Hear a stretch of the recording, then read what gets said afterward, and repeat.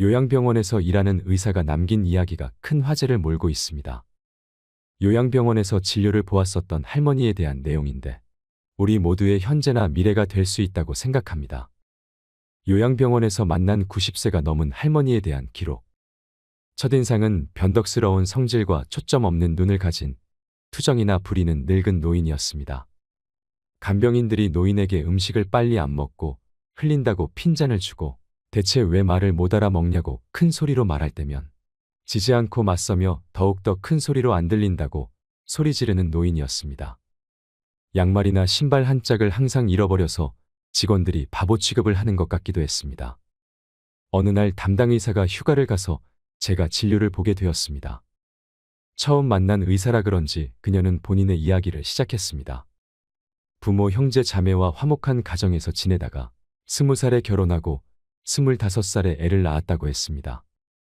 30대엔 애기들 키운다고 정신이 없었고 40대엔 애들을 독립시키고 남편과 함께 행복했다고 하더군요.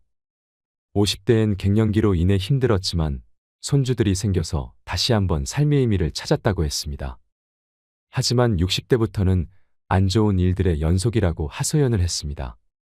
사랑하는 남편이 죽고 애들과도 사이가 멀어져 연락이 끊긴 상태라고 합니다. 그러면서 너무 외롭고 힘들다고 당신의 부모님을 떠올리면서 자기를 조금만 더 따뜻하게 봐달라고 했습니다. 나도 살아야 할 이유를 찾고 싶다고, 차라리 죽으면 편할 것 같다고 말하면서요. 이 얘기를 듣는 순간 저는 아차하면서 진료본 나날들을 반성하게 되었습니다. 의사로서 할머니를 위해 남은 시간 동안 무엇을 더 해드릴 수 있을지 고민했습니다. 그리고 3개월 후 할머니는 하늘나라로 떠났습니다. 마지막까지 가족은 오지 않았습니다. 하늘에서는 사랑하는 사람들과 행복하게 지내길 바랍니다. 이 글을 보니 무슨 생각이 드셨나요? 인생이란 드라마 속에서 우리는 어디로 향하고 있을까 합니다. 남의 일이 아닌 나에게도 언젠가 다가올 일이라는 현실에 씁쓸한 마음이 듭니다. 왜 우리는 요양병원에 가야만 할까요? 왜 우리는 요양병원에 보내야 할까요? 요양병원은 과연 누구를 위해 존재하는 것일까요? 이에 대해 한 번이라도 생각해 보신 적이 있나요? 요양병원은 우리나라 고령화와 인구 피라미드 구조상 시간이 지남에 따라 필요해졌고 이제는 필수 불가결한 산업이 되었습니다. 늙어서 요양원과 요양병원에 안 가면 어디로 갈 수 있겠냐고 생각하시는 분들이 많지요. 하지만 지금의 요양원과 요양병원이 정말 우리의 부모님을 편하게 모실 수 있는 곳일까요? 우리는 모두 진실을 알고 있습니다. 요양원과 요양병원은 사람들이 죽기 전에 시간을 보내기 위해 가는 곳이라는 것을 말입니다. 모두가 그런 것은 절대 아니겠지만 늙은 부모가 귀찮아서 돈이면 해결된다는 생각에 요양원과 요양병원으로 보내지는 노부모들이 많아지고 있습니다. 이때 부모님의 슬픈 얼굴을 자세히 들여다보는 자식들이 얼마나 될까요? 물론 현실적인 어려움 때문에 어쩔 수 없어서 애써 외면하고 모른 척하며 가슴이 무너지는 경우가 많을 것입니다. 눈을 마주치지 못하는 자식들 앞에서 부모님은 슬픔을 드러내지 않으려 애쓰고 굳어만 가는 얼굴에 미소를 지으려고 노력합니다. 죽음이 다가온다는 사실만 생각해도 무섭고 두려운데 최대한 티를 내지 않고 자신은 걱정하지 말고 잘 살아라는 부모님의 말씀 한마디에 자식들은 처음엔 마음이 무겁지만 이내 팍팍한 현실에 부딪혀 부모님에 대한 관심이 멀어지고 맙니다. 왜 이런 일들이 비일비재하게 일어날까요?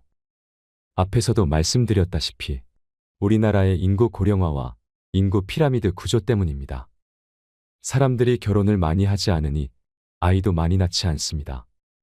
또한 결혼을 하고도 아이를 낳지 않는 딩크족도 많이 생기고 있습니다. 결혼하지 않고 부모에게 의지하는 캥거루족도 많지요. 통계적으로 한 가정의 자녀가 1명 미만이라는 충격적인 조사 결과도 있습니다. 이에 반해 노인 인구는 빠르게 증가하고 있습니다. 그래서 지금의 30, 40대들이 20년 후 50대, 60대가 되면 70대, 80대 부모님을 부양해야 합니다.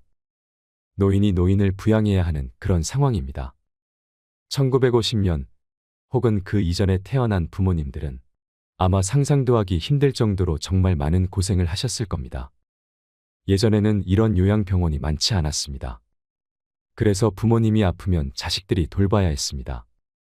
그렇게 몇십 년을 살다 보니 7, 80대가 되어 내 인생을 즐기지도 못하고 본인이 돌봄을 받아야 하는 상황이 오는 것입니다. 지금은 세상이 바뀌고 인식이 바뀌면서 굳이 힘들게 부양하지 않아도 된다고 생각을 하는 사람들도 많아졌습니다. 하지만 실제로 그렇게 하려고 하면 여러 가지 문제가 발생할 수 있기 때문에 쉬운 결정이 아니라는 것은 분명하지요. 그 중에서는 금전적인 문제도 있습니다. 요즘에 많이 보내는 요양병원은 간병비가 장기요양보험이 적용되지 않는다는 사실을 아시나요? 그래서 환자나 간병인이 100% 자비로 부담해야 하는 실정입니다. 예를 들어 6인실에 입원하는 경우 40만 원 정도 들어갑니다. 거기다가 입원 시 본인 부담금도 발생하는데요. 그 액수가 보통 60만 원 정도가 되는데 기저귀 비용 등을 더하면 최소 110만 원 정도는 잡아야 합니다. 쾌적하고 시설이 좋은 곳은 간병비를 80만 원까지도 받습니다. 병원마다 차등이 있지만 110만 원이 최소한의 금액이라는 것입니다. 적자보는 병원은 시설의 질을 높이려고 노력하지 않고 진료비를 높이는 데만 집중하고 있습니다. 그런 곳은 부모님을 보내놓고도 기분이 찜찜합니다. 시설 투자나 서비스 질에 대해서는 방치하고 환자 유치에만 심혈을 기울이는 곳에 입원해 있으면 좋은 게 별로 없습니다. 그래서 가격이 합리적이면서 친절하고 좋은 요양병원을 찾기란 하늘의 별 따기라는 것입니다. 그렇다고 해서 요양원에 보내는 건 더 좋지 않습니다. 가장 큰 문제는 상주하는 의사가 없다는 것입니다. 실제로도 요양원에 입소한 어르신들 중에서는 큰 문제가 있음에도 불구하고 제때 치료를 받지 못하는 경우도 많이 있습니다. 그래서 사회적 문제가 되기도 합니다. 국비 지원이 된다고는 하지만 양질의 서비스를 기대하기는 어렵습니다. 현재 요양원은 인력이 부족하여 혼자서 20명이나 30명을 돌보는 경우가 있다고 합니다. 혼자서 그 많은 환자들을 돌보려니 직원들도 힘이 들겠지요. 상대적으로 지원이 많은 국공립 요양시설은 들어가기도 정말 어렵습니다. 지금 당장 들어가고 싶어도 4년을 기다려야 하는 곳도 있습니다. 요즘은 노인분들이 이런 얘기를 뉴스나 신문으로 많이 접하면서 요양시설에 들어간다는 것 자체를 내가 죽으러 가는구나라고 생각하게 되는데요. 인생의 끝자락에서 모든 것과 이별하면서 자식에게까지 버림받는 느낌을 받는 분들이 많은 것은 이러한 이유 때문입니다. 물론 각자의 사정이 있고 감당하기 힘들기 때문에 시설에 보내는 것은 어쩔 수 없습니다. 하지만 우리는 생각해 봐야 합니다. 아무리 좋은 호텔에 가더라도 집만한 곳은 없습니다. 아무리 돈이 많아서 고급스러운 요양시설에 들어가도 며칠만 있으면 집에 오고 싶을 겁니다. 익숙한 환경에서 가족들과 함께 지내다가 평안한 죽음을 맞이하는 것을 누구나 바랄 것입니다. 이 모든 것이 거부할 수 없는 시대의 흐름이라면 막연하게 걱정만 하기보다는 스스로 원하는 죽음을 준비하고 노년을 보낼 준비를 해야 하지 않을까요? 요양병원과 요양원에 가지 않고 건강한 노후를 보내고 싶다면 3가지를 기억하시기 바랍니다. 첫 번째는 신체적 독립을 하셔야 합니다. 요양원에 가지 않고 다른 사람에게 의존하지 않으려면 육체적으로 독립하는 것이 필요합니다. 건강 수명을 늘리려면 기본적인 체력을 유지하는 것이 매우 중요합니다. 그래서 이를 위해서는 근력 운동은 필수입니다. 나이가 들어감에 따라 걷고 싶어도 걸을 수 없습니다. 누우면 죽고 서면 산다는 말이 있습니다. 최대한 눕지 말고 일어나서 살아야 합니다. 나이가 들면서 근력을 잃는 순간 급격히 노화가 됩니다. 인생 후반기에 갑자기 하반신이 전체적으로 얇아지고 골다공증이 시작될 수 있습니다. 등이나 어깨가 구부러져서 완전히 피지 못합니다. 무릎도 온전히 피지 못하고 구부러진 상태로 굽게 되는데요. 이는 근력이 약해져서 근육이 우리 몸을 지탱해주지 못해서입니다. 증상이 심해지면 팔과 다리에 힘이 빠져서 일상생활을 정상적으로 할 수 없게 됩니다. 노후에 다른 사람에게 의존하지 않고 독립적인 삶을 살려면 근력을 유지하는 것이 그 무엇보다도 중요하다고 할 수 있습니다. 덤벨을 들고 발 뒤꿈치를 올렸다 내리거나 다리를 어깨 너비로 벌리고 서서 스쿼트를 하셔도 좋고 누워서 윗몸 일으키기를 해도 도움이 됩니다. 지금 당장 실천해 보세요. 유산소 운동을 하는 것도 중요합니다. 밖에 나가셔서 걷기와 줄넘기, 수영 및 자전거 타기 등을 해보세요. 몸에 무리가 가지 않는 선에서 나에게 맞는 유산소 운동을 찾아서 꾸준히 해보시길 바랍니다. 굳이 운동 중에 하나를 선택해야 한다면 걷기를 추천합니다. 왜냐하면 걷기는 언제 어디서나 무리 없이 누구나 할 수 있는 운동이기 때문입니다. 그리고 또 중요한 것은 균형을 잡는 운동입니다. 어르신들이 특히 조심해야 하는 것은 낙상사고입니다. 노인분들 중에서는 낙상사고가 흔히 일어납니다. 낙상으로 사망하기까지 하고 신체적인 부상으로 인해 정신적인 문제로 이어지기도 합니다. 많은 전문가들이 낙상사고를 막기 위해서는 균형감을 키우고 운동의 중요성을 강조하고 있습니다. 가장 간단하고 확실한 운동 중 하나는 한 발로 서기입니다. 한 발로 서는 것은 균형 감각을 향상시키는 좋은 방법 중에 하나입니다. 넘어지지 않게 옆에 손잡이를 두고 어디서든 혼자서 간편하게 할 수 있습니다. 두 번째는 정신적 독립을 해야 합니다. 나이가 들어감에 따라 정신적으로 독립하는 것이 참 중요합니다. 무엇보다 가장 중요한 것은 치매에 걸리지 않고 우울증에 걸리지 않는 것입니다. 우선 우리가 치매에 걸리지 않으려면 어떻게 해야 할까요? 아직까지 치매에 대한 치료약은 개발되지 않았습니다. 지금까지 개발된 치매약은 병의 악화를 지연시킬 수 있을 뿐입니다. 따라서 치매를 예방하기 위해서는 생활 습관을 바꾸고 식습관을 건강하게 가져가야 합니다. 쉽게 할 수 있는 생활 습관으로는 음식을 꼭꼭 씹어 먹는 것입니다. 음식을 씹으면 그것만으로도 내려가는 혈류량을 증가시켜 뇌를 활성화시킵니다. 껌을 자주 씹는 것도 도움이 될 수 있습니다. 그리고 메모를 하거나 일기를 쓰는 습관도 길러보세요. 치매 환자는 한 가지 특징이 있습니다. 치매 초기에는 장기 기억은 기억할 수 있어도 단기 기억을 회상하는 데는 어려움을 겪습니다. 그 이유로는 단기 기억을 담당하는 뇌기관인 해마가 손상되었기 때문입니다. 이것을 예방하려면 매일 일기를 쓰는 것이 좋습니다.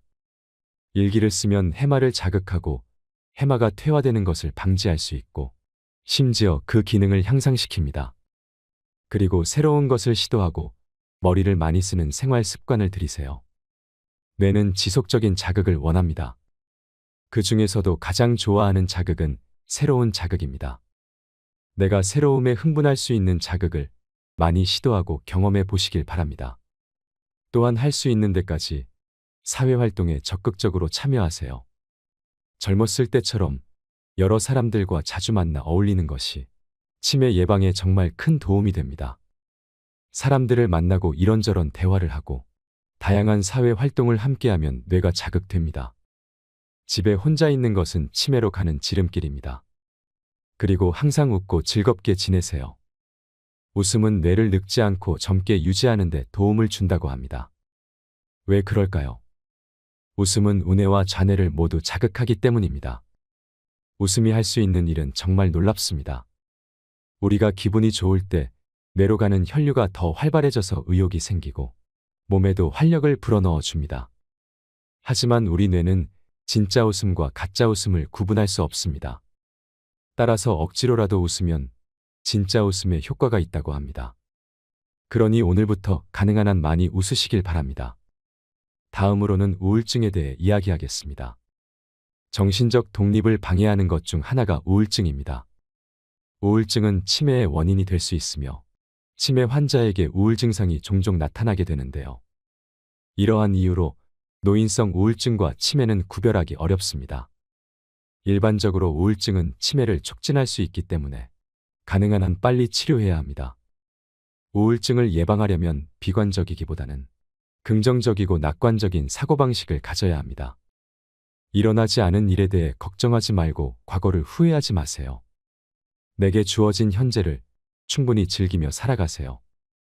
세 번째는 경제적 독립을 해야 합니다. 우리는 지금껏 경험하지 못한 100세 시대에 살고 있습니다. 따라서 노후의 경제적 자립을 위한 준비를 빠르게 시작해야 합니다. 정년 후에도 제2의 직업이 필요한 시대입니다. 그래서 할 수만 있다면 일을 계속하는 것도 좋습니다. 일을 할 수 있다면 일을 그만두지 마세요. 일을 그만두어도 자신을 계속 발전시키고 새로운 것을 피하지 말고 무엇이든 할 수 있다는 마음가짐으로 배워보세요. 이걸 배워서 뭐해라고 생각하지 마시길 바랍니다. 이런 습관과 정신력이 쌓여서 다른 사람에게 의존하지 않는 강인함을 가지게 되는 것입니다. 그래야 노후에도 경제적으로 독립하여 건강하고 행복한 노후 생활을 할 수 있게 됩니다. 아시겠지만 가족에게 큰 병이 생기면 웃을 일이 참 없습니다. 모두가 고통스러워하고 삶 자체가 힘들어지게 됩니다. 우리 주변을 보더라도 병환이 오래가면 경제적 문제로 싸우기 시작합니다. 부모 부양 때문에 싸우는 자식들도 많습니다. 이것을 보는 부모님들은 얼마나 눈물 흘리고 가슴 아플까요? 아무것도 해줄 수 없다면 벙어리 냉가슴을 알아야 할 것입니다. 사람이 늙는 것은 자연스러운 일입니다. 누구도 죽음을 피할 수 없습니다. 하지만 죽음 앞에서 온전한 정신과 육체를 최대한 유지하면 좋겠죠. 기억과의 연결이 완전히 끊어지면 살아있어도 죽은 것이나 마찬가지라고 생각하시는 분들이 많습니다. 그래서 안락사를 도입해야 한다는 목소리도 큽니다. 여러분은 안락사에 대해 어떻게 생각하시나요? 마음대로 움직일 수 없는 상황은 말로 표현할 수 없는 고통이 될 것입니다. 이 고통은 겪지 않고는 모를 정도로 힘들고 아플 것입니다. 지금까지 우리가 노후를 잘 대비해야 하는 이유에 대해서 알아봤습니다. 요양병원 의사가 고백한 이야기 속에서 충격적인 실태와 안타까운 현실에 대해 생각해보고 사회적 합의를 통해 요양병원이나 요양원의 시스템이 개선되길 바랍니다. 늙어서 자식에게 짐이 되지 않는 3가지 방법을 꼭 기억하셔서 행복한 노후를 보내시길 바랍니다. 요양병원에서 일하는 의사가 남긴 이야기가 큰 화제를 몰고 있습니다. 요양병원에서 진료를 보았었던 할머니에 대한 내용인데 우리 모두의 현재나 미래가 될 수 있다고 생각합니다. 요양병원에서 만난 90세가 넘은 할머니에 대한 기록. 첫인상은 변덕스러운 성질과 초점 없는 눈을 가진 투정이나 부리는 늙은 노인이었습니다. 간병인들이 노인에게 음식을 빨리 안 먹고 흘린다고 핀잔을 주고 대체 왜 말을 못 알아먹냐고 큰 소리로 말할 때면 지지 않고 맞서며 더욱더 큰 소리로 안 들린다고 소리 지르는 노인이었습니다. 양말이나 신발 한 짝을 항상 잃어버려서 직원들이 바보 취급을 하는 것 같기도 했습니다. 어느 날 담당 의사가 휴가를 가서 제가 진료를 보게 되었습니다. 처음 만난 의사라 그런지 그녀는 본인의 이야기를 시작했습니다. 부모, 형제, 자매와 화목한 가정에서 지내다가 20살에 결혼하고 25살에 애를 낳았다고 했습니다. 30대엔 애기들 키운다고 정신이 없었고 40대엔 애들을 독립시키고 남편과 함께 행복했다고 하더군요. 50대엔 갱년기로 인해 힘들었지만 손주들이 생겨서 다시 한번 삶의 의미를 찾았다고 했습니다. 하지만 60대부터는 안 좋은 일들의 연속이라고 하소연을 했습니다. 사랑하는 남편이 죽고 애들과도 사이가 멀어져 연락이 끊긴 상태라고 합니다. 그러면서 너무 외롭고 힘들다고 당신의 부모님을 떠올리면서 자기를 조금만 더 따뜻하게 봐달라고 했습니다. 나도 살아야 할 이유를 찾고 싶다고, 차라리 죽으면 편할 것 같다고 말하면서요. 이 얘기를 듣는 순간 저는 아차하면서 진료본 나날들을 반성하게 되었습니다. 의사로서 할머니를 위해 남은 시간 동안 무엇을 더 해드릴 수 있을지 고민했습니다. 그리고 3개월 후 할머니는 하늘나라로 떠났습니다. 마지막까지 가족은 오지 않았습니다. 하늘에서는 사랑하는 사람들과 행복하게 지내길 바랍니다. 이 글을 보니 무슨 생각이 드셨나요? 인생이란 드라마 속에서 우리는 어디로 향하고 있을까 합니다.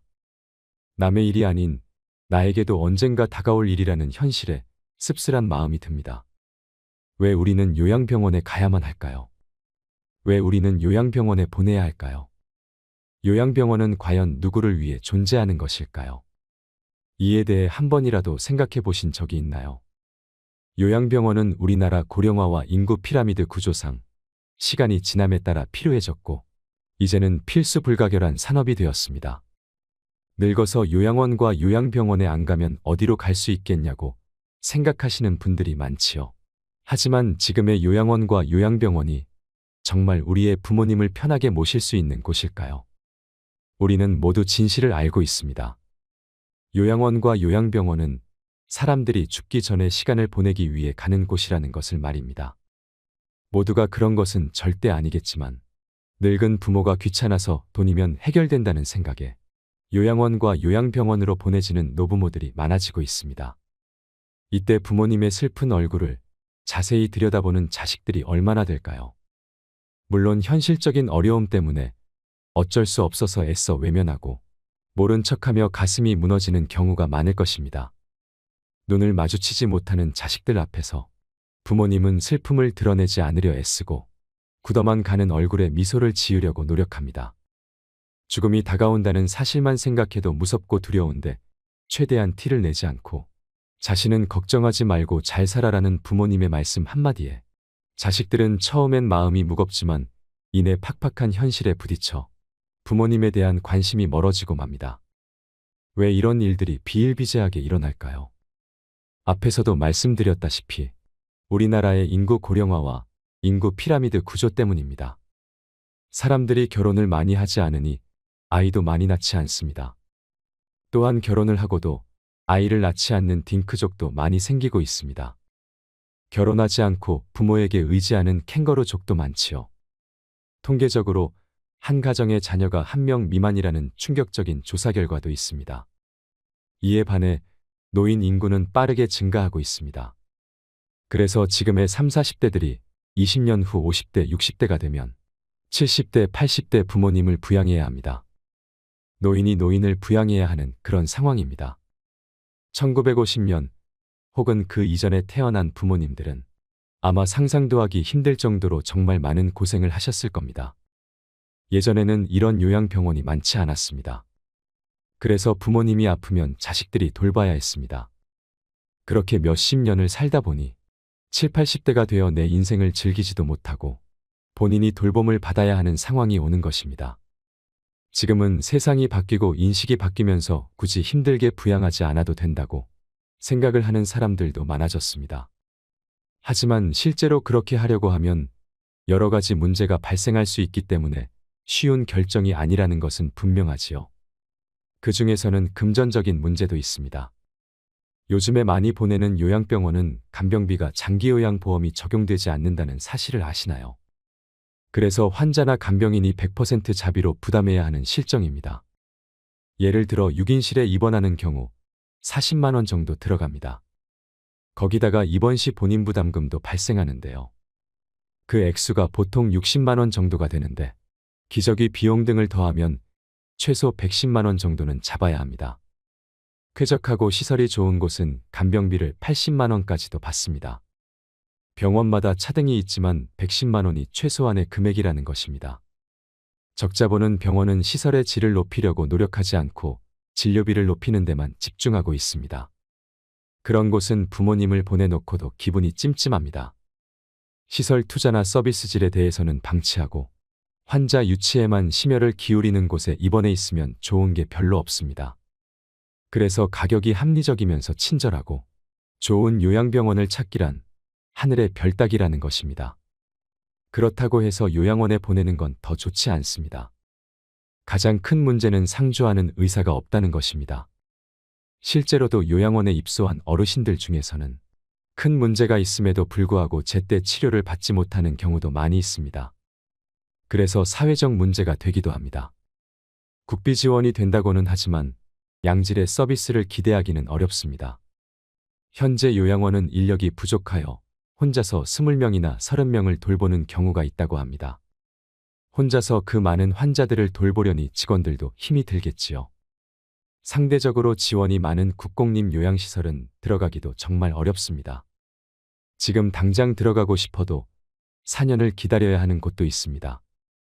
요즘은 노인분들이 이런 얘기를 뉴스나 신문으로 많이 접하면서 요양시설에 들어간다는 것 자체를 내가 죽으러 가는구나라고 생각하게 되는데요. 인생의 끝자락에서 모든 것과 이별하면서 자식에게까지 버림받는 느낌을 받는 분들이 많은 것은 이러한 이유 때문입니다. 물론 각자의 사정이 있고 감당하기 힘들기 때문에 시설에 보내는 것은 어쩔 수 없습니다. 하지만 우리는 생각해 봐야 합니다. 아무리 좋은 호텔에 가더라도 집만한 곳은 없습니다. 아무리 돈이 많아서 고급스러운 요양시설에 들어가도 며칠만 있으면 집에 오고 싶을 겁니다. 익숙한 환경에서 가족들과 함께 지내다가 평안한 죽음을 맞이하는 것을 누구나 바랄 것입니다. 이 모든 것이 거부할 수 없는 시대의 흐름이라면 막연하게 걱정만 하기보다는 스스로 원하는 죽음을 준비하고 노년을 보낼 준비를 해야 하지 않을까요? 요양병원과 요양원에 가지 않고 건강한 노후를 보내고 싶다면 세 가지를 기억하시기 바랍니다. 첫 번째는 신체적 독립을 하셔야 합니다. 요양원에 가지 않고 다른 사람에게 의존하지 않으려면 육체적으로 독립하는 것이 필요합니다. 건강 수명을 늘리려면 기본적인 체력을 유지하는 것이 매우 중요합니다. 그래서 이를 위해서는 근력 운동은 필수입니다. 나이가 들어감에 따라 걷고 싶어도 걸을 수 없습니다. 누우면 죽고 서면 산다는 말이 있습니다. 최대한 눕지 말고 일어나서 살아야 합니다. 나이가 들면서 근력을 잃는 순간 급격히 노화가 됩니다. 인생 후반기에 갑자기 하반신이 전체적으로 얇아지고 골다공증이 시작될 수 있습니다. 등이나 어깨가 구부러져서 완전히 피지 못합니다. 무릎도 온전히 피지 못하고 구부러진 상태로 굳게 되는데요. 이는 근력이 약해져서 근육이 우리 몸을 지탱해주지 못해서입니다. 증상이 심해지면 팔과 다리에 힘이 빠져서 일상생활을 정상적으로 할 수 없게 됩니다. 노후에 다른 사람에게 의존하지 않고 독립적인 삶을 살려면 근력을 유지하는 것이 그 무엇보다도 중요하다고 할 수 있습니다. 덤벨을 들고 발 뒤꿈치를 올렸다 내리거나 다리를 어깨 너비로 벌리고 서서 스쿼트를 하셔도 좋고 누워서 윗몸 일으키기를 해도 도움이 됩니다. 지금 당장 실천해 보세요. 유산소 운동을 하는 것도 중요합니다. 밖에 나가셔서 걷기와 줄넘기, 수영 및 자전거 타기 등을 해보세요. 몸에 무리가 가지 않는 선에서 나에게 맞는 유산소 운동을 찾아서 꾸준히 해보시길 바랍니다. 굳이 운동 중에 하나를 선택해야 한다면 걷기를 추천합니다. 왜냐하면 걷기는 언제 어디서나 무리 없이 누구나 할 수 있는 운동이기 때문입니다. 그리고 또 중요한 것은 균형을 잡는 운동입니다. 어르신들이 특히 조심해야 하는 것은 낙상사고입니다. 노인분들 중에서는 낙상사고가 흔히 일어납니다. 낙상으로 사망하기까지 하고 신체적인 부상으로 인해 정신적인 문제로 이어지기도 합니다. 많은 전문가들이 낙상사고를 막기 위해서는 균형감을 키우고 운동의 중요성을 강조하고 있습니다. 가장 간단하고 확실한 운동 중 하나는 한 발로 서기입니다. 한 발로 서는 것은 균형 감각을 향상시키는 좋은 방법 중에 하나입니다. 넘어지지 않게 옆에 손잡이를 두고 어디서든 혼자서 간편하게 할 수 있습니다. 두 번째는 정신적 독립을 해야 합니다. 나이가 들어감에 따라 정신적으로 독립하는 것이 참 중요합니다. 무엇보다 가장 중요한 것은 치매에 걸리지 않고 우울증에 걸리지 않는 것입니다. 우선 우리가 치매에 걸리지 않으려면 어떻게 해야 할까요? 아직까지 치매에 대한 치료약은 개발되지 않았습니다. 지금까지 개발된 치매약은 병의 악화를 지연시킬 수 있을 뿐입니다. 따라서 치매를 예방하기 위해서는 생활 습관을 바꾸고 식습관을 건강하게 가져가야 합니다. 쉽게 할 수 있는 생활 습관으로는 음식을 꼭꼭 씹어 먹는 것입니다. 음식을 씹으면 그것만으로도 내려가는 혈류량을 증가시켜 뇌를 활성화시킵니다. 껌을 자주 씹는 것도 도움이 될 수 있습니다. 그리고 메모를 하거나 일기를 쓰는 습관도 길러보세요. 치매 환자는 한 가지 특징이 있습니다. 치매 초기에는 장기 기억은 기억할 수 있어도 단기 기억을 회상하는 데는 어려움을 겪습니다. 그 이유로는 단기 기억을 담당하는 뇌기관인 해마가 손상되었기 때문입니다. 이것을 예방하려면 매일 일기를 쓰는 것이 좋습니다. 일기를 쓰면 해마를 자극하고 해마가 퇴화되는 것을 방지할 수 있고 심지어 그 기능을 향상시킵니다. 그리고 새로운 것을 시도하고 머리를 많이 쓰는 생활 습관을 들이세요. 뇌는 지속적인 자극을 원합니다. 그 중에서도 가장 좋아하는 자극은 새로운 자극입니다. 내가 새로움에 흥분할 수 있는 자극을 많이 시도하고 경험해 보시길 바랍니다. 또한 할 수 있는 데까지 사회활동에 적극적으로 참여하세요. 젊었을 때처럼 여러 사람들과 자주 만나 어울리는 것이 치매 예방에 정말 큰 도움이 됩니다. 사람들을 만나고 이런저런 대화를 하고 다양한 사회 활동을 함께하면 뇌가 자극됩니다. 집에 혼자 있는 것은 치매로 가는 지름길입니다. 그리고 항상 웃고 즐겁게 지내세요. 웃음은 뇌를 늙지 않고 젊게 유지하는 데 도움을 준다고 합니다. 왜 그럴까요? 웃음은 우뇌와 좌뇌를 모두 자극하기 때문입니다. 웃음이 할 수 있는 일은 정말 놀랍습니다. 우리가 기분이 좋을 때 뇌로 가는 혈류가 더 활발해져서 의욕이 생기고 몸에도 활력을 불어넣어 줍니다. 하지만 우리 뇌는 진짜 웃음과 가짜 웃음을 구분할 수 없습니다. 따라서 억지로라도 웃으면 진짜 웃음에 효과가 있다고 합니다. 그러니 오늘부터 가능한 한 많이 웃으시길 바랍니다. 다음으로는 우울증에 대해 이야기하겠습니다. 정신적 독립을 방해하는 것 중 하나가 우울증입니다. 우울증은 치매의 원인이 될 수 있으며 치매 환자에게 우울 증상이 종종 나타나게 되는데요. 이러한 이유로 노인성 우울증과 치매는 구별하기 어렵습니다. 일반적으로 우울증은 치매를 촉진할 수 있기 때문에 가능한 한 빨리 치료해야 합니다. 우울증을 예방하려면 비관적이기보다는 긍정적이고 낙관적인 사고방식을 가져야 합니다.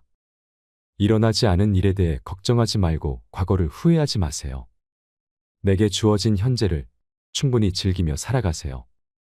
세 번째는 경제적 독립을 해야 합니다. 우리는 지금껏 경험하지 못한 100세 시대에 살고 있습니다. 따라서 노후의 경제적 자립을 위한 준비를 빠르게 시작해야 합니다. 정년 후에도 제2의 직업이 필요한 시대입니다. 그래서 할 수만 있다면 일을 계속하는 것도 좋습니다. 일을 할 수 있다면 일을 그만두지 마세요. 일을 그만두어도 자신을 계속 발전시키고 새로운 것을 피하지 말고 무엇이든 할 수 있다는 마음가짐으로 배워보세요. 이걸 배워서 뭐해라고 생각하지 마시길 바랍니다. 이런 습관과 정신력이 쌓여서 다른 사람에게 의존하지 않는 강인함을 가지게 되는 것입니다. 그래야 노후에도 경제적으로 독립하여 건강하고 행복한 노후 생활을 할 수 있게 됩니다. 아시겠지만 가족에게 큰 병이 생기면 웃을 일이 참 없습니다. 모두가 고통스러워하고 삶 자체가 힘들어지게 됩니다. 우리 주변을 보더라도 병환이 오래가면 경제적 문제로 싸우기 시작합니다. 부모 부양 때문에 싸우는 자식들도 많습니다. 이것을 보는 부모님들은 얼마나 눈물 흘리고 가슴 아플까요? 아무것도 해줄 수 없다면 벙어리 냉가슴을 알아야 할 것입니다. 사람이 늙는 것은 자연스러운 일입니다. 누구도 죽음을 피할 수 없습니다. 하지만 죽음 앞에서 온전한 정신과 육체를 최대한 유지하면 좋겠죠. 기억과의 연결이 완전히 끊어지면 살아있어도 죽은 것이나 마찬가지라고 생각하시는 분들이 많습니다.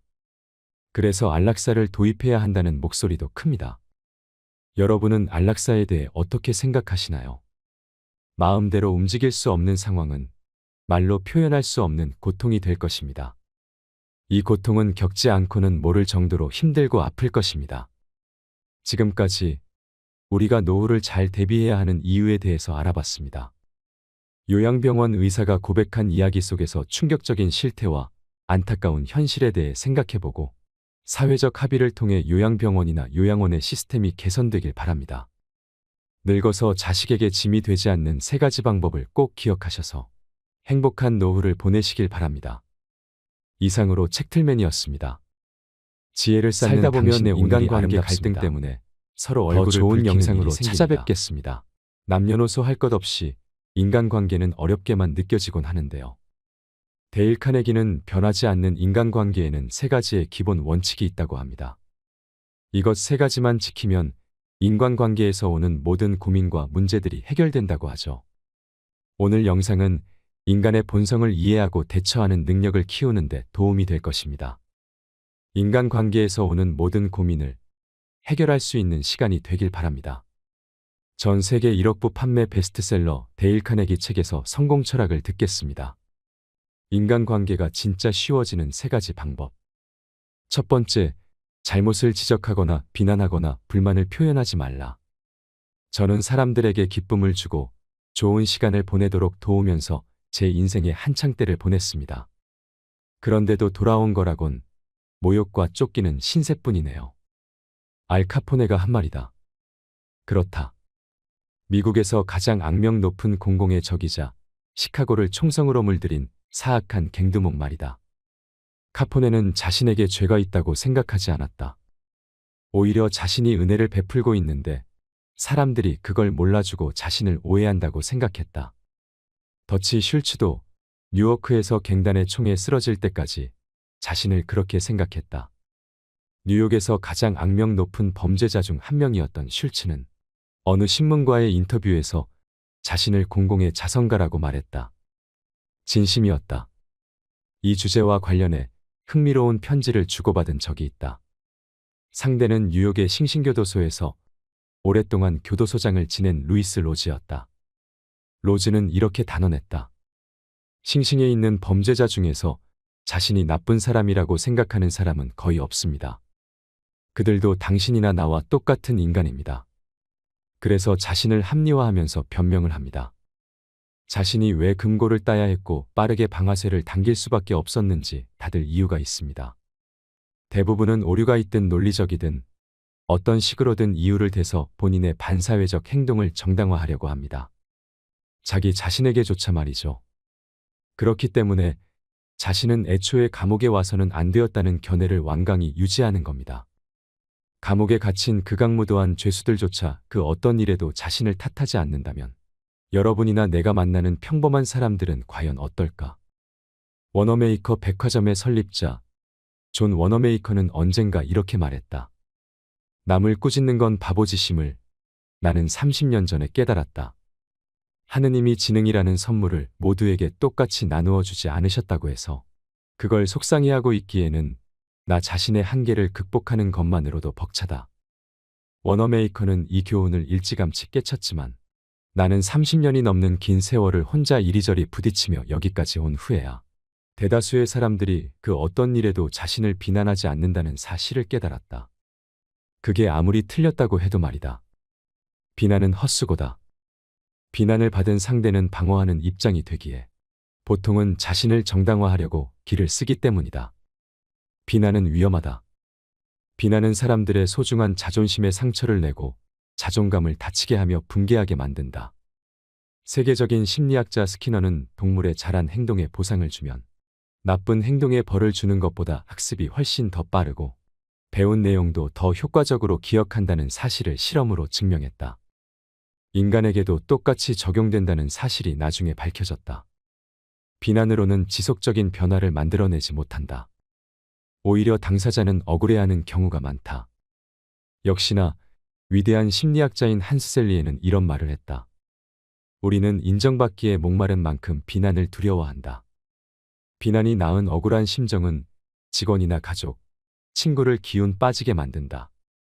그러면서도 비난을 받게 한 그 상황은 쉽게 바로 잡아지지 않는다. 기억하라.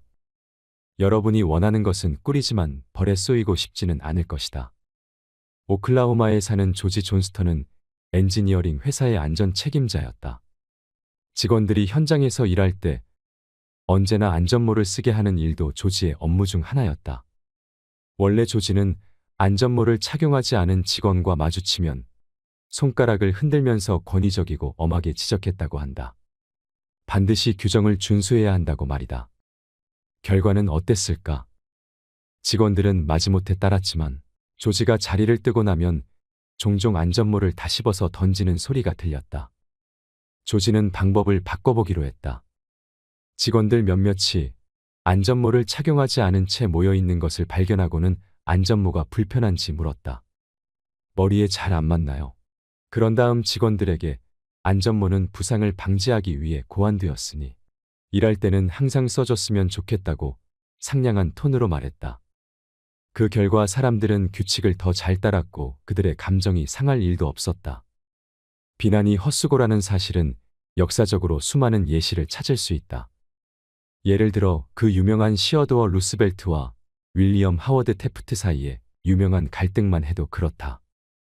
이 갈등 때문에 공화당은 반으로 쪼개졌고 우드로 윌슨이 백악관을 차지했다. 그러면서 제1차 세계대전처럼 굵직한 여러 사건이 발생했고 역사의 흐름이 바뀌었다. 빠르게 당시 상황을 되짚어보자. 1908년 퇴임 당시 루스벨트는 태프트를 지지했고 결국 태프트가 대통령에 당선되었다.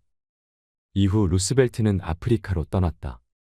다시 미국으로 돌아왔을 때 루스벨트는 폭발했다. 루스벨트는 태프트가 보수적이라며 맹비난하고 자신이 세 번째로 다시 대통령 후보로 지명받기 위해 진보당을 창당했으나 이는 공화당을 허물어뜨렸을 뿐이었다. 이어진 선거에서 윌리엄 하워드 태프트와 공화당은 버몬트와 유타 단 2개 주에서밖에 승리하지 못했다. 공화당 역사상 최악의 참패였다. 루스벨트는 태프트를 탓했다. 그러나 태프트 대통령도 자신을 탓했을까? 당연히 아니다. 태프트는 눈물이 그렁그렁해서는 이렇게 말했다. 제 상황에서 달리 뭘 어떻게 할 수 있었을지 저는 모르겠어요. 누구 탓이었을까? 루스벨트일까? 태프트일까? 솔직히 나는 모르겠고 관심도 없다. 내가 하고 싶은 말은 루스벨트가 아무리 태프트를 비난해도 태프트는 자신이 틀렸다고 생각하지 않았다는 것이다. 오히려 태프트는 자신을 정당화하려고 애썼고 같은 말만 반복했다. 눈물이 그렁한 채로 제 상황에서 달리 뭘 어떻게 할 수 있었을지 저는 모르겠어요. 여러분도 바꾸고 싶거나 다잡고 싶거나 고치고 싶은 사람이 있는가? 좋다. 괜찮다. 나도 찬성이다. 그렇지만 우선 자기 자신부터 그렇게 해보는 건 어떨까? 내 말은 순전히 이기적인 관점에서 봤을 때 남을 고치려고 하기보다는 이 편이 훨씬 더 득이 되고 덜 위험하다는 뜻이다. 공자는 이렇게 말했다. 내 집 현관이 더러울 때는 이웃집 지붕에 눈을 탓하지 말라. 아직 어려서 다른 사람들에게 멋있게 보이려고 애쓰던 시절에 내가 미국 문학계에서 두각을 드러내던 리처드 하딩 데이비스에게 바보 같은 편지를 쓴 적이 있다. 나는 어느 잡지에 작가들에 관한 글을 기고할 예정이었기에 데이비스에게 그의 작업 방식을 알려달라고 요청했다. 그보다 몇 주 앞서 어딘가에서 받은 편지 한 통의 말미에 이렇게 쓰여 있었다. 말을 받아 적었으나 읽지 않았음. 굉장히 인상 깊었다. 글쓴이가 아주 바쁘고 중요한 거물이라는 느낌이 들었다. 나는 전혀 바쁘지 않았지만 리처드 하딩 데이비스에게 인상적으로 보이고 싶어서 내 짧은 편지의 끝부분에 똑같이 썼다. 말을 받아 적었으나 읽지 않았음. 데이비스는 굳이 답장을 쓰는 수고를 하지 않았다. 내가 쓴 편지의 아래쪽에 이렇게 써서 돌려보냈을 뿐이다. 무례를 무례로 돌려드립니다. 그래, 내가 실수했다.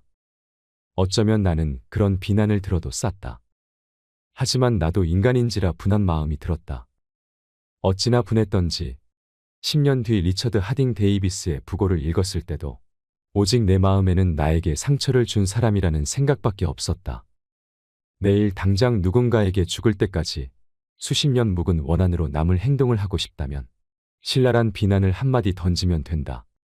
그 비난이 아무리 정당화될 수 있다고 하더라도 말이다. 사람을 대할 때는 상대방이 논리적인 존재가 아니라는 사실을 꼭 기억하기로 하자. 상대방은 감정의 동물이고 선입견이 가득하며 자존심과 허영심에 휘둘리는 존재다. 영국 문학을 풍요롭게 만들어 주었던 최고의 소설가 중 한 명인 토머스 하디는 성정이 예민했다. 그는 혹독한 비난을 듣고 나서는 2번 다시 소설을 쓰지 않았다. 영국의 시인 토머스 채터턴은 비평 때문에 죽었다. 벤저민 프랭클린은 젊은 시절 눈치가 없었다. 그러나 나중에는 수완이 생겼고 어찌나 노련하게 사람을 잘 다뤘던지 주프랑스 미국 대사에까지 임명됐다. 그는 자신의 성공 비결을 이렇게 이야기했다. 저는 그 누구도 험담하지 않습니다. 그리고 모든 사람을 최대한 좋게 이야기합니다. 잘못을 지적하고 비난하며 불만을 표시하는 일은 그 어느 바보라도 할 수 있다. 사실 바보들이 대부분 그렇게 한다. 그러나 이해하고 용서하려면 인격과 자제력이 필요하다. 칼라일은 이렇게 말했다. 훌륭한 사람이 훌륭하다는 것이 드러나는 건 하찮은 사람을 대할 때다. 다른 사람을 비난하지 말고 이해하도록 노력해 보기로 하자. 왜 그러는지 알아내려고 노력하기로 하자. 비난보다는 그 편이 훨씬 더 유익하고도 흥미롭다. 이런 태도야말로 연민과 관용과 친절을 낳는다. 알면 용서된다. 존슨 박사가 이야기했던 것처럼 말이다. 하느님도 마지막 날까지는 사람을 심판하지 않으신다. 그런데 우리라고 심판할 것인가? 2번째, 정직하고 진심에서 우러난 인정의 말을 건네라. 누가 무엇을 하도록 만드는 방법은 세상에 하나밖에 없다. 혹시 이에 대해 생각해 본 적이 있는가? 그렇다. 방법은 단 하나뿐이다. 바로 상대가 그 일을 하고 싶게 만드는 것이다. 기억하라. 다른 방법은 없다. 물론 옆구리에 권총을 들이대면 손목시계를 끌어주고 쉽게 만들 수는 있다.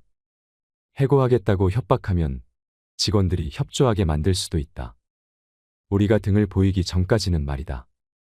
하지만 이런 방법은 원치 않는 부작용을 낸다. 상대가 무언가를 하게 만드는 유일한 방법은 상대가 원하는 바를 주는 것이다.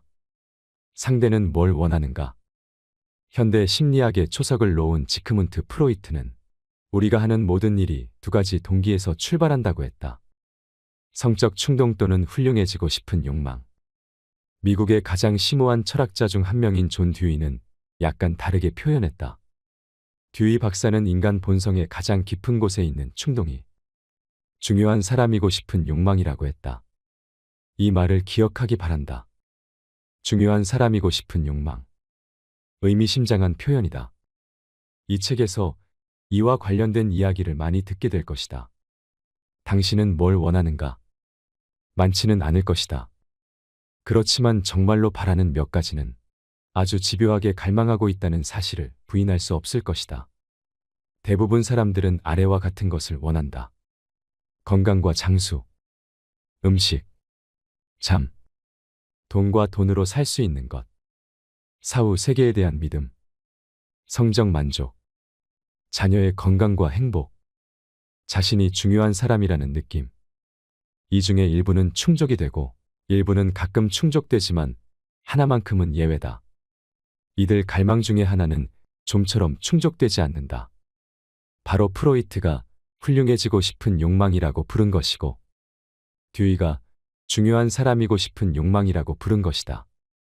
링컨은 어느 편지의 서두에서 이렇게 말했다. 누구나 칭찬을 좋아합니다.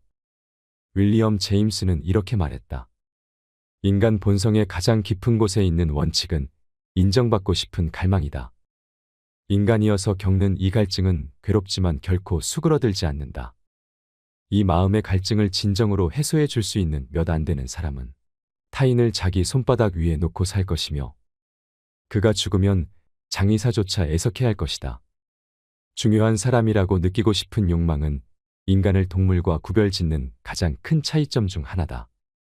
일례로 내가 미주리주 어느 농장의 시골 소년이던 시절에 우리 아버지는 두록저지종 돼지와 얼굴에 흰 반점이 있는 순수 혈통의 소를 키웠다. 중서부 각지에서 열리는 시골 축제며 가축 품평회에 참가해 돼지와 소를 전시하곤 했는데 1등 상을 여러 번 탔다. 아버지는 1등을 할 때마다 받은 푸른색 리본을 새하얀 모슬린 시트 한 장에 일일이 핀으로 꽂아두었다. 그리고 친구나 손님이 찾아오면 그 기다란 모슬린 시트를 꺼냈다. 아버지가 이쪽 끝을 잡고 내가 저쪽 끝을 잡아 쭉 펼치면 푸른색 리본의 향연이 펼쳐졌다. 돼지들은 자기가 파란색 리본을 탔는지 못 탔는지 관심도 없었다. 관심은 아버지가 있었다. 그렇게 받은 상이 아버지에게는 자신이 중요한 사람이라는 느낌을 주었다. 만약 선조들에게 그렇게 중요한 사람이라고 느끼고 싶은 욕망에 불타지 않았더라면 문명은 불가능했을 것이다. 그것 없이는 우리도 그냥 동물과 다를 바 없었을 것이다. 자신이 뭔가 중요한 사람이라고 느끼고 싶은 이 욕망 때문에 학교 교육도 제대로 받지 못한 궁핍한 식료품점 점원은 50센트를 주고 산 중고 법률 서적을 열심히 공부했다. 이 점원의 이야기를 여러분도 들어보았을 것이다. 링컨이라고. 내가 중요한 사람이라고 느끼고 싶은 이 욕망 때문에 찰스 디킨스는 불멸의 소설을 썼다. 어밀리아 에어하트는 대서양을 단독 비행했다. 저명한 영국의 건축가 크리스토퍼 렌은 그토록 아름다운 건축물을 남겼다. 이 욕망 때문에 마리 퀴리는 목숨까지 위협했던 극도로 위험한 방사능 분야의 연구를 개척했다. 존 록펠러는 끝끝내 쓰지도 않을 수백만 달러를 쌓아두었다. 그 똑같은 욕망 때문에 가장 큰 부잣집 가문은 필요 이상으로 큰 집을 지었다. 당신은 최신 유행하는 옷을 입고 신형 자동차를 타고 자녀의 천재성을 자랑하고 싶어 한다. 그리고 이 욕망 때문에 수많은 소년 소녀가 갱단에 가입하고 범죄를 저지른다. 뉴욕 경찰청장을 지낸 멀로니에 따르면 젊은 범죄자들은 자존심이 대단해서 체포되면 자신을 영웅으로 묘사한 황색 신문을 가장 먼저 요구한다고 한다. 형량이 얼마나 나올지도 모르는데 그것은 일단 나중 문제고, 우선은 유명한 스포츠 스타나 영화배우, 정치가와 함께 신문의 일면을 장식한다는 사실을 흐뭇해한다는 것이다. 나는 중요한 사람이라는 느낌을 당신은 과연 어떤 식으로 얻고 있는지 알려준다면 나는 당신이 어떤 사람인지 말해줄 수 있다. 그것이 바로 당신이라는 사람을 규정하기 때문이다. 당신에게 가장 중요한 부분 말이다. 예를 들어 록펠러는 내가 중요한 사람이라고 느끼기 위해 돈을 기부해서 중국 베이징에 현대식 병원을 세웠다. 한 번도 본 적 없고 앞으로도 볼 일이 없을 수백만 명의 가난한 사람들을 돌볼 병원이었다. 반면에 존 딜린저는 노상강도 짓을 하고 은행을 털고 사람을 죽이며 자신이 중요한 사람이라는 느낌을 얻었다. FBI 요원이 딜린저를 뒤쫓을 때 그는 미네소타주에 있는 한 농장으로 쳐들어가서 이렇게 외쳤다. 나는 딜린저다. 그는 자신이 공공의적임을 자랑스럽게 여겼다. 그렇다. 딜린저와 록펠러 사이의 중대한 차이점은 자신이 중요한 사람이라는 느낌을 어떤 방식으로 얻었는지에 달려있다. 슈와브는 말했다. 사람들의 열정을 불러일으키는 능력이 저의 가장 큰 자산이라고 생각합니다. 누군가에게 내재된 최고의 모습을 끌어내서 키우는 방법은 인정과 격려입니다. 사람의 의욕을 가장 확실하게 꺾어버리는 것이 바로 상사의 혹평입니다. 저는 그 어떤 경우에도 누구도 지적하지 않습니다. 사람들이 노력하도록 동기를 부여해 주어야 한다고 생각하니까요. 늘 어떻게 하면 칭찬할 수 있을까 궁리합니다. 흠을 잡는 건 매우 싫어합니다. 저는 잘했다고 말할 때는 진심을 담고 칭찬을 할 때는 아낌없이 쏟아붓습니다. 슈와브는 자신의 말대로 실천했다고 한다. 그런데 보통 사람들은 어떻게 할까? 정확히 반대로 한다. 무언가 마음에 들지 않으면 부하 직원에게 호통치고 정말로 마음에 들면 아무 말도 하지 않는다. 오래된 속담처럼 말이다. 나쁜 짓은 한 번만 해도 다 알려지지만 좋은 일은 두 번 해도 말하는 사람이 없다. 슈와브는 이렇게 단언했다. 살면서 다양한 분야의 훌륭한 사람을 많이 만났어요. 그렇지만 아무리 훌륭하고 높은 위치에 있는 사람이라고 해도 칭찬을 해주면 분명히 비난할 때보다 더 큰 노력을 기울이고 더 일을 잘합니다. 슈와브에 따르면 이는 앤드루 카네기가 어마어마한 성공을 거두었던 이유 중 하나라고 한다. 앤드루 카네기는 부하 직원을 사람들 앞에서뿐만 아니라 둘만 있는 자리에서도 칭찬했다. 묘비명에서까지 부하 직원들을 칭찬했다. 앤드루 카네기가 직접 미리 써둔 묘비명은 다음과 같다. 자기보다 똑똑한 사람들을 주위에 둘 줄 알았던 사람이 여기에 잠들다. 몇 년 전 가출한 아내들에 관한 연구가 있었다. 아내들이 집을 나간 주된 이유가 뭐였을까? 바로 인정받지 못한다는 생각이었다. 가출한 남편들을 연구해도 똑같은 결과가 나올 것이다. 배우자를 너무나 당연하게 여겨 고마워하는 마음을 상대에게 표현하지 않는 사람이 많다. 우리 수업을 듣는 학생이 아내의 부탁에 관한 이야기를 들려준 적이 있다. 이 남자의 아내는 교회의 다른 부인들과 함께 자기계발 수업을 들었다고 한다. 아내는 더 좋은 배우자가 되기 위해 할 수 있는 일 6가지를 적어가야 한다면서 남편에게 좀 도와달라고 했다. 남편은 이렇게 말했다. 그런 부탁을 한다는 게 놀라웠어요. 솔직히 제가 아내의 바꾸고 싶은 점을 말하라고 하면 6개는 우습죠. 반대로 아내에게 저한테 바뀌었으면 하는 점을 말해보라고 하면 1000개는 될 수 있을 거예요. 저는 아무것도 말하지 않았죠. 대신에 이렇게 말했어요. 생각해보고 아침에 알려줄게. 다음 날 아침에 아주 일찍 일어났어요. 꽃집에 전화를 했죠.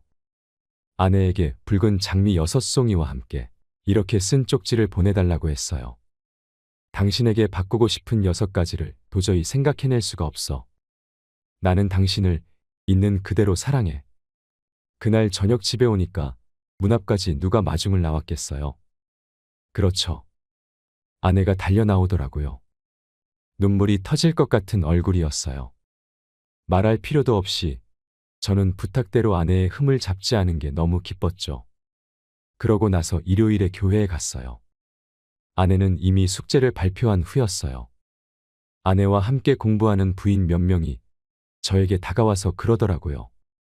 그렇게 자상한 행동은 제 평생 처음 들어봤어요. 감사가 가진 힘을 깨닫는 순간이었어요. 우리는 자녀나 친구, 직원의 신체 건강은 걱정하면서 왜 좀처럼 자존감은 신경 써주지 않을까? 힘내라고 영양가 있는 음식은 만들어주면서 왜 친절한 인정의 말은 해주지 않을까? 그런 말 한마디가 기억에 남아 두고두고 노래할 텐데 말이다. 지금 이 글을 읽으면서 이렇게 말하는 사람도 있을 것이다. 헛소리 좀 그만하세요.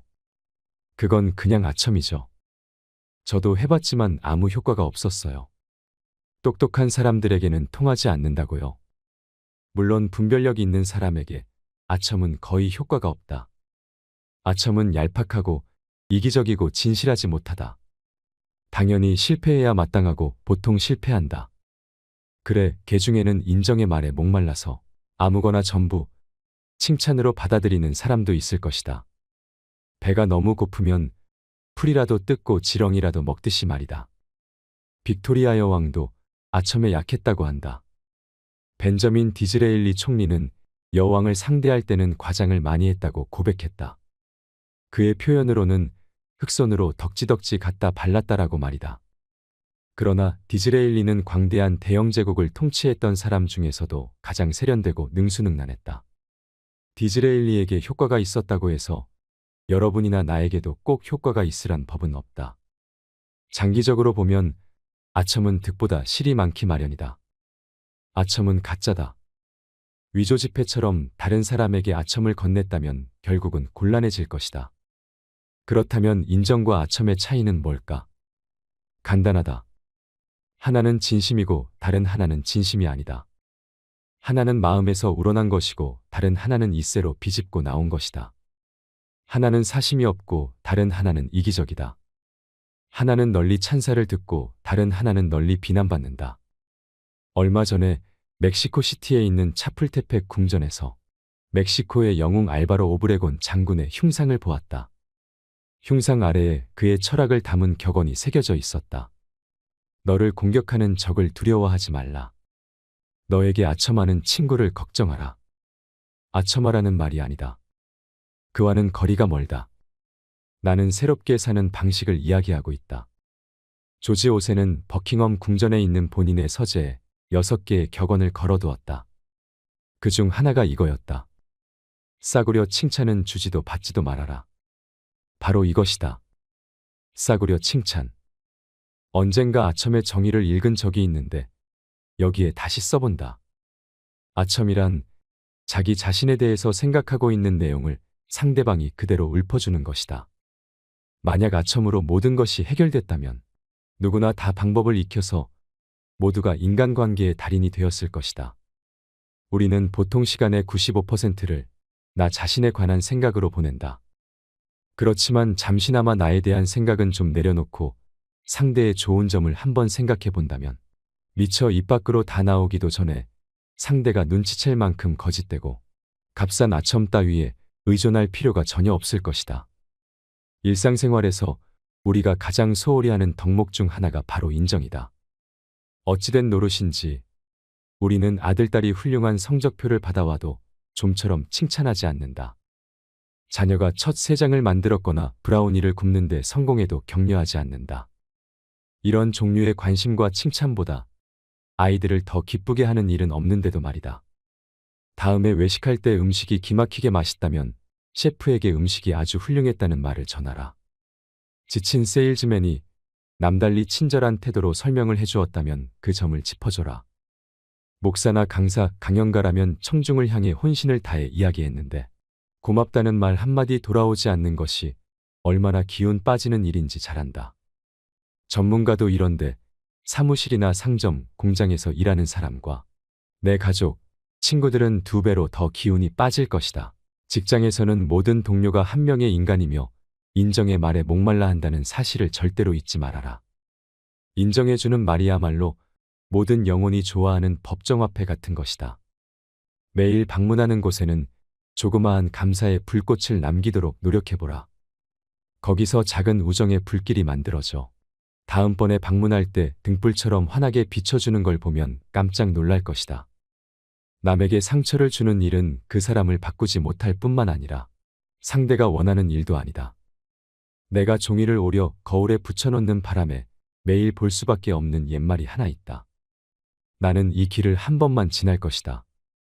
그러니 다른 인간에게 행할 수 있는 선행이나 베풀 수 있는 친절이 있다면 지금 당장 하도록 하자. 미루거나 방치하지 말자. 다시는 이 길을 지나지 못할 테니. 위대한 철학자 랠프 월도 에머슨이 이런 말을 했다. 내가 만나는 사람은 누구나 나보다 뛰어난 점이 있다. 그 점을 통해 나는 그 사람을 더 잘 알게 된다.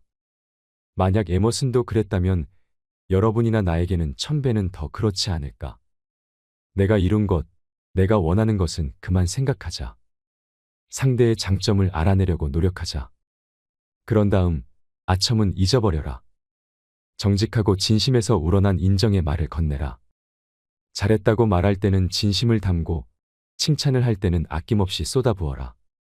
그러면 사람들은 당신의 말을 소중히 간직하며 평생토록 되낼 것이다. 당신이 그런 말을 했다는 사실을 까마득히 잊어버려도 되낼 것이다.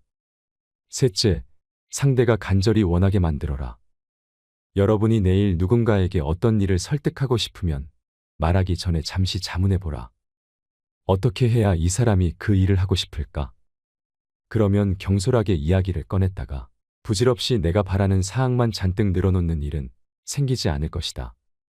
성공하는 비결이 하나 있다면 나의 관점 못지않게 상대의 관점을 파악하여 그 사람의 시각에서 대상을 바라보는 능력이다. 여름이면 종종 메인주에 낚시를 하러 가곤 했다. 나는 개인적으로 크림을 올린 딸기를 아주 좋아한다. 그런데 무슨 이유에선지 물고기는 벌레를 더 좋아했다. 그래서 나는 낚시를 할 때는 내가 원하는 것은 생각하지 않았다. 물고기가 원하는 것을 생각했다. 낚싯바늘에 미끼로 크림을 올린 딸기를 끼우지 않은 대신 벌레나 메뚜기를 물고기 눈앞에서 흔들어대며 이렇게 말했다. 이거 먹고 싶지 않니? 왜 사람을 낚을 때는 똑같은 상식을 발휘하지 않는가? 제1차 세계대전 중 영국 총리를 지낸 로이드 조지는 바로 이 상식을 발휘했다. 전시의 다른 리더들은 모두 잊히고 난 후에도 어떻게 그만이 계속 권좌에 남았느냐고 누군가 묻자 그는 굳이 한 가지 비결을 꼽자면 물고기에 맞춰 미끼를 끼우는 법을 터득한 덕분이라고 답했다. 내가 원하는 것을 왜 끄집어내는가? 그건 아이들이나 하는 짓이다. 바보짓이다. 물론 당신은 당신이 원하는 것에 관심이 있고 앞으로도 영원히 그럴 것이다. 하지만 당신 말고는 아무도 거기에 관심이 없다. 우리는 당신과 똑같다. 우리는 내가 원하는 것에 관심이 있다. 그러니 남에게 영향을 미치는 유일한 방법은 상대가 원하는 것에 대해 이야기하고 어떻게 하면 그걸 얻는지 알려주는 것이다. 내일 만약 누군가에게 어떤 일을 시키고 싶다면 이 점을 기억하라. 예를 들어 자녀가 담배를 피우지 않기를 바란다면 일장 연설을 늘어놓지 말라. 당신이 원하는 걸 말하지 말라. 대신에 담배 때문에 야구팀에 들어가지 못할 수도 있다는 걸, 100m 달리기에서 질 수도 있다는 걸 알려줘라. 여러분이 아이를 상대하든 송아지나 침팬지를 상대하든 이 점은 기억해 두면 좋을 것이다. 한 예로 어느 날 랠프 월도 에머슨이 아들과 함께 송아지를 헛간에 들여보내려고 하고 있었다. 그런데 두 사람은 흔한 실수를 저질렀다. 자기들이 바라는 것만 생각한 것이다. 에머슨은 뒤에서 밀고 아들은 앞에서 끌었다. 그러자 송아지는 움직이지 않고 버텼다. 송아지도 자신이 원하는 것만 생각했다. 다리를 뻗대며 고집스럽게 풀밭을 떠나지 않으려 했다.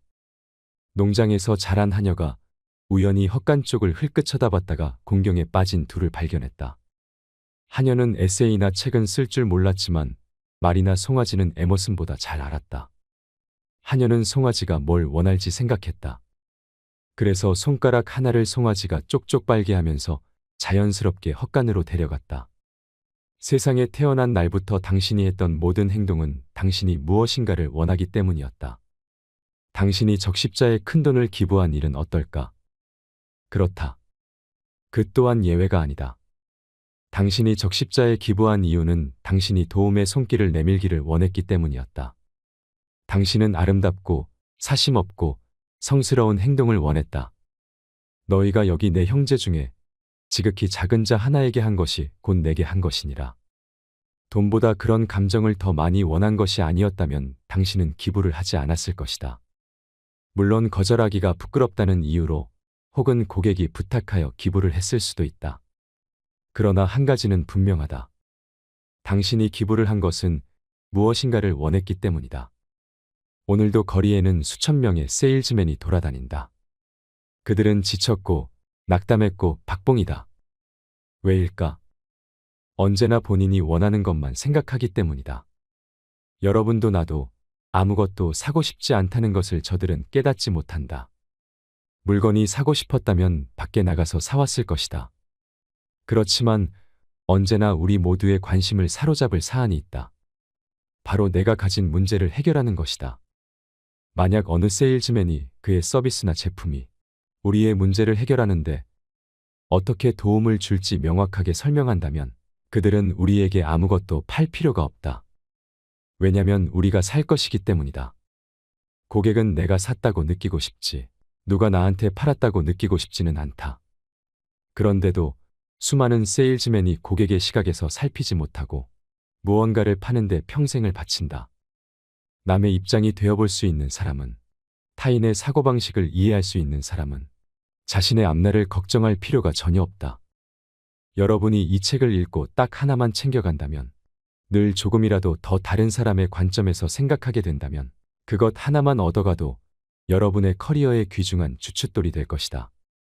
상대의 관점을 살펴서 상대가 정말로 그것을 원하게 만든다면 당신에게만 득이 되고 상대에게는 해가 되는 뭔가를 시키려는 듯이 보이지는 않을 것이다. 협상을 했다면 양쪽 모두에게 득이 되어야 한다. 자기 표현은 인간 본성이 절대적으로 요구하는 부분이다. 우리는 왜 똑같은 심리를 비즈니스에 적용하지 않는 걸까? 기발한 아이디어가 떠오르면 남들이 그게 내 아이디어라고 생각하게 만드는 대신 그들이 직접 그 아이디어를 요리하고 휘젓게 하라. 그러면 자기 아이디어라고 여길 테고 그리하여 그 아이디어를 좋아하게 될 테고 어쩌면 두 그릇씩 먹을지도 모른다. 기억하라. 먼저 상대가 간절히 원하게 만들어라. 이렇게 할 수 있는 사람은 온 세상이 그의 편이다. 못하는 사람은 외로운 길을 가야 한다. 변하지 않는 인간관계의 세 가지 기본 원칙. 잘못을 지적하거나 비난하거나 불만을 표현하지 말라. 정직하고 진심에서 우러난 인정의 말을 건네라. 상대가 간절히 원하게 만들어라. 이 세 가지를 마음속에 새겨두시고 지혜로운 인간관계를 맺어가시길 바랍니다. 이상으로 책틀맨이었습니다. 지혜를 쌓는 당신의 오늘이 아름답습니다. 더 좋은 영상으로 찾아뵙겠습니다.